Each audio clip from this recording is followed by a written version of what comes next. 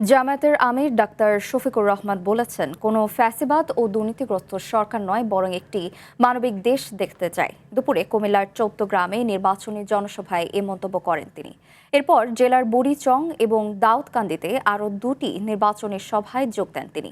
11 দলীয় জোটের সভায় যোগ দিয়ে এনসিপির নাহিদ ইসলাম বলেন, ক্ষমতায় এলে জুলাই গণহত্যা ও হাদি হত্যার বিচার করা হবে। প্রতিনিধিদের পাঠানো তথ্যচিত্রে আরও জানাচ্ছেন আব্দুল হামিদ।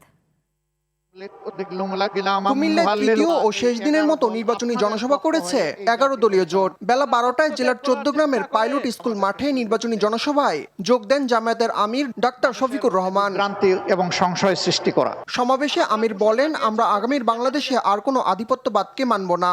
দুর্নীতিগ্রস্ত নয়, একটি মানবিক বাংলাদেশ দেখতে চায় জামাত। 13 তারিখ থেকে বাংলাদেশের মানুষ একটা পরিবর্তন দেখতে চাচ্ছে।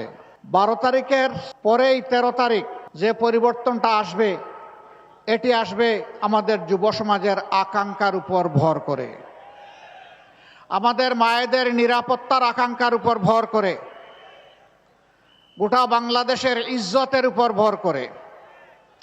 আমরা আর কোনো আধিপত্যবাদকে মানব না, আমরা আর কোনো ফ্যাসিবাদ দেখতে চাই না, আমরা আর কোনো দুর্নীতিগ্রস্ত সরকার এই দেশে দেখতে চাই না।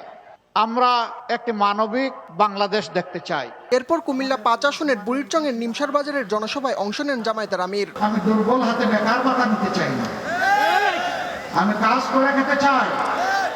তারা কিন্তু এই দাবিতেই রাস্তায় নেমেছিল। সিলভার টিপ কন্ট্যাক্টে তৈরি নিরাপদ ও নান্দনিক ক্লিক সুইচ নির্ভরতা জীবন জুড়ে। আমার অধিকার আমাকে দাও। পরে দাউদকান্দি ঈদগাহ মাঠে নির্বাচনী জনসভায় ডাক্তার শফিকুর বলেন, দেশে অতীত রাজনীতির বন্দোবস্ত আর চলতে দেওয়া হবে না। এই রাজ্যে কোনো সময় একটা পরিবার, একটা গোষ্ঠী, একটা দল, এর বাইরে সবাইকে বিবেচনা করা হতো। আমরা এখানে ভাড়াটিয়া, আপনারা দেশের মানুষ, আমরা ওই সমস্ত জমিদারি মানি না।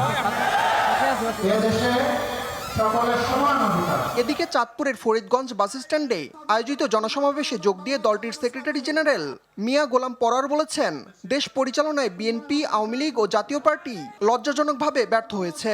এবার জনগণ পরিবর্তন চায়। যে তিনটি দল জনগণের শান্তি কল্যাণের জন্য রাষ্ট্রের দায়িত্ব নিয়েছেন, তারা তিনটি দলই এই রাষ্ট্রের সুখ সমৃদ্ধির উদ্দেশ্যে দায়িত্ব পালনে নির্মমভাবে, নিষ্ঠুরভাবে, ঘৃণ্যভাবে, লজ্জাজনকভাবে ব্যর্থতার পরিচয় দিয়েছে। চৌদ্দগ্রামের জনসভায় 11 দলীয় জোট সমর্থিত প্রার্থী ও জাতীয় নাগরিক পার্টির আহ্বায়ক নাহিদ ইসলাম বলেন, ক্ষমতায় এলে জুলাই গণহত্যা ও হাদি হত্যার বিচার করা হবে। কোনো আধিপত্যবাদী শক্তি নির্বাচনে হস্তক্ষেপের চেষ্টা করলে জনগণ রুখে দেবে বলেও হুঁশিয়ারি দেন তিনি। আমরা স্পষ্টভাবে বলে দিতে চাই, বাংলাদেশে সরকারকে ক্ষমতায় আসবে, সরকারকে গঠন করবে, তা নির্ধারণ করবে একমাত্র বাংলাদেশের জনগণ। আব্দুল হামিদ, RTV।